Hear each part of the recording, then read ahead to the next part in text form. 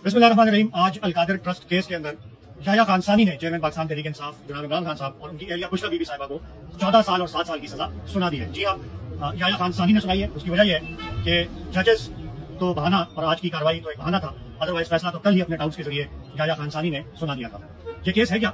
ये एक ऐसा बदकिस्मत केस है कि जिसका याह्या खान सानी को 3 मरतबा नाम तब्दील करना पड़ा। और नाम क्यों तब्दील करना पड़ा? पहले इन्होंने इसका नाम NCA केस रखा। NCA एक बरतानवी तहकीकाती इदारा है। उन्होंने गालिबन मुबैना तौर पर इस पर एतराज उठाया, तो फिर इस केस का नाम तब्दील करके 190 मिलियन पाउंड केस जो है वो रख दिया गया। लेकिन चूंकि याह्या खान सानी को और उनकी जितने उनके हवारी हैं उनको एक खास मकसद हासिल करना था इस केस के जरिए, और वो ये था कि इस केस के जरिए जो चेयरमैन इमरान खान साहब ने अलकादर ट्रस्ट बनाया, जहाँ पे गरीब तलबा को सीरतुन नबी की और जदीद साइंसी अलूम की तालीम मुफ्त पढ़ाई जाती है, उस इदारे को मुतनाज़ बनाना था। तो 190 मिलियन पाउंड से इस का नाम जो है वो अलकादर ट्रस्ट केस रख दिया गया। अब ये केस है क्या? असल में 2016 गालिबन जब नवाज शरीफ इस मुल्क के वजीर आजम थे, उनके बेटे मशहूर जमाना वन हाइट पार्क के जो फ्लैट्स हैं, जो कि मुतनाज़ फ्लैट्स थे, जिनकी मनी ट्रेल नहीं दे सके, जिन्हें इन्होंने ओन करने से इनकार कर दिया था, वो फरोख्त किए मलिक रियाज को।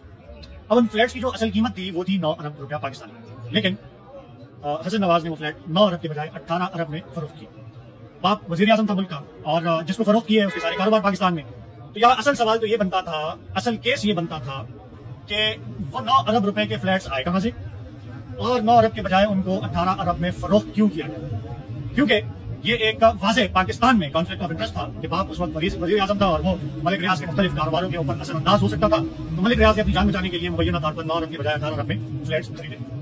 लेकिन ये 9 अरब के बजाय 18 अरब में बेचना बरतानिया के कानून में जुर्म नहीं। NCA ने एक बड़ी ट्रांजेक्शन को सस्पिशियस जानते हुए उसके ऊपर कार्रवाई का आगाज किया, उनके अकाउंट फ्रीज किए, ये 190 मिलियन पाउंड फ्रीज किए गए, इस पर तफ्तीश हुई और NCA ने मलिक रियाज साहब को एक क्लीन चिट दे दी। उनको इस केस में कुछ मिला नहीं। अब हुकूमत पाकिस्तान के पास, अब इस दौरान पाकिस्तान में 18 में हुकूमत तब्दील हुई, वजीर आजम जनाब इमरान खान साहब बने। अब हुकूमत पाकिस्तान के पास 2 ऑप्शन। पहला ऑप्शन ये है कि NCA के खिलाफ केस किया जाए कि ये जो 190 मिलियन पाउंड है ये पाकिस्तान के पैसे हैं, ये पाकिस्तान से गए कैसे, और मनी ट्रेल और ये सारी चीजें, इसके ऊपर चैलेंज किया जाए NCA को। इस ऑप्शन नंबर 1 के ऊपर जो लीगल अखराजात थे बरतानिया के अंदर बहुत ज्यादा थे। बरतानिया ने लीगली आप जब केस कंटेस्ट करने जाते हैं तो अटॉर्नीज की फीसेस, वहाँ की दीगर जो अखराजात थे वो इतने ज्यादा थे कि पाकिस्तान पहले भी इस तरह के केसेस पर अरबों रुपया पाकिस्तानी टैक्स पेयर का खर्च कर चुका था। दूसरी इस ऑप्शन नंबर 1 की जो ड्रॉबैक थी वो ये थी कि बरतानिया ने इस तरह के फाइनेंशियल केसेस को पाकिस्तान ने जब भी कंटेस्ट किया तो उसके जीतने के चांसेस बहुत कम थे। यानी ऐन मुमकिन था कि जिस 190 मिलियन पाउंड की ट्रांजेक्शन को NCA ने अपनी तहकीकात में क्लीन चिट दी, पाकिस्तान को केस हार जाता और वो 190 मिलियन कभी पाकिस्तान वापस न आए। वज़ीर आज़म इमरान खान साहब को हमेशा इस मुल्क का मफाद मुकद्दम रहा है, और चूंकि उस वक्त पाकिस्तान में इंतहाई किल्लत थी डॉलर्स की और फॉरेन रेमिटेंस की और रिजर्व्स की, तो चेयरमैन इमरान खान साहब के सामने ये जब फैसला आया, उन्होंने मुल्की मफाद में ऑप्शन नंबर 2 इस्तेमाल किया, जो ये था कि हम बरतानवी NCA के साथ हुकूमत पाकिस्तान एक कॉन्फिडेंशियलिटी एग्रीमेंट करें, जिसके तहत वो इस ट्रांजेक्शन के या जो पैसा पाकिस्तान आ रहा है इसके जितने अवामिल है उसको मख्फी रखा जाए।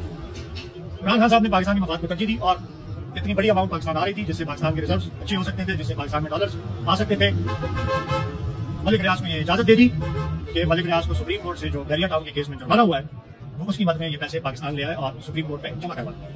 अब ये पैसे बरतानिया से सीधा सुप्रीम कोर्ट के अकाउंट में आए, इमरान खान साहब के साथी अकाउंट में नहीं आए, बुशरा बीबी के साथी अकाउंट में नहीं आए, और सीधा सुप्रीम कोर्ट के अकाउंट में ये पैसे आए।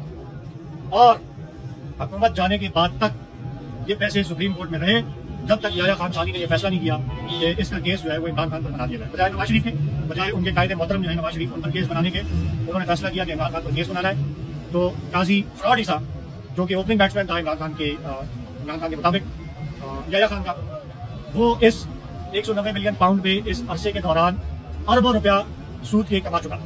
यानी सुप्रीम कोर्ट ऑफ पाकिस्तान या पाकिस्तान के खजाने को अरबों रुपए का फायदा इन 190 मिलियन पाउंड से हो चुका था। काजी फ्रॉड ने यह फैसला किया कि ये पैसे हुकूमत पाकिस्तान को ट्रांसफर कर दिए जाए। अब सवाल ये बनता है कि इमरान खान पर केस क्यों बनाया? इसकी 4-5 वजूहात। नंबर 1, तो इमरान खान साहब को रिजीम चेंज के बाद आवाज उठाने की पादाश में सजा देनी थी। इमरान खान साहब को निशाने इबरत बनाना था।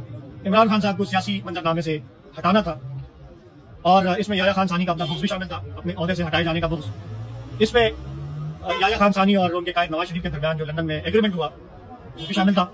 उस एग्रीमेंट के तहत भी इमरान खान को सजा देनी थी, और इस केस में इसका नाम अलकादर ट्रस्ट केस रखकर इसमें सजा देने से एक मकसद ये भी था कि उन गरीब नादार बच्चे जो इस अलकादर ट्रस्ट के अंदर मुफ्त सीरत और नबी की तालीम हासिल कर रहे हैं, जदीद साइंस के इल्म की तालीम हासिल कर रहे हैं, इस ट्रस्ट को मुतनाज़ बनाना था।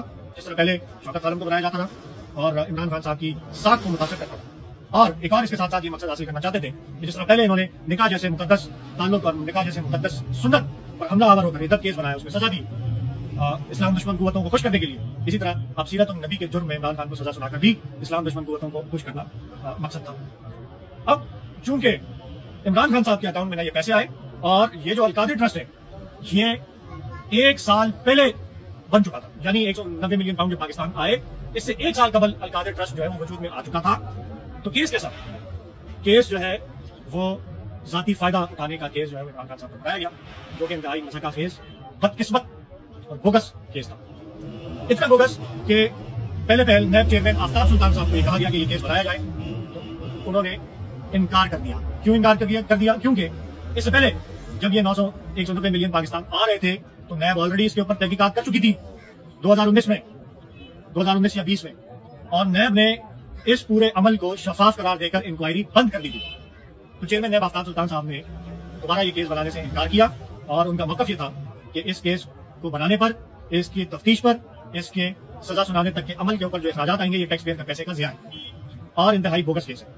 तो आफ्ताब सुल्तान साहब को मुस्ताफी होना पड़ा। इसके बाद तफ्तीशी अफसरान का जो दबाव और जजेस के ऊपर जो दबाव, फिर इस सजा को सुनाने के लिए जितनी तारीखें बदली गई, तो इससे ये रोशन की तरह आया होता है कि ये केस याया खान सानी ने अपनी झूठी अदा को तस्कीन देने के लिए बनाया और इसको सियासी तौर पर इमरान खान साहब को डील करने के लिए, उनको दबाव में लाने के लिए इस्तेमाल किया और इससे अपने दीगर मजमूम मकासद जो है वो इस केस से हासिल किए गए। इसके अलावा इस केस में ना कोई मेरिट है, ना इसमें कोई किसी किस्म की लॉजिक है, लेकिन फिर भी लॉजिक का डफर्स के साथ क्या ताल्लुक?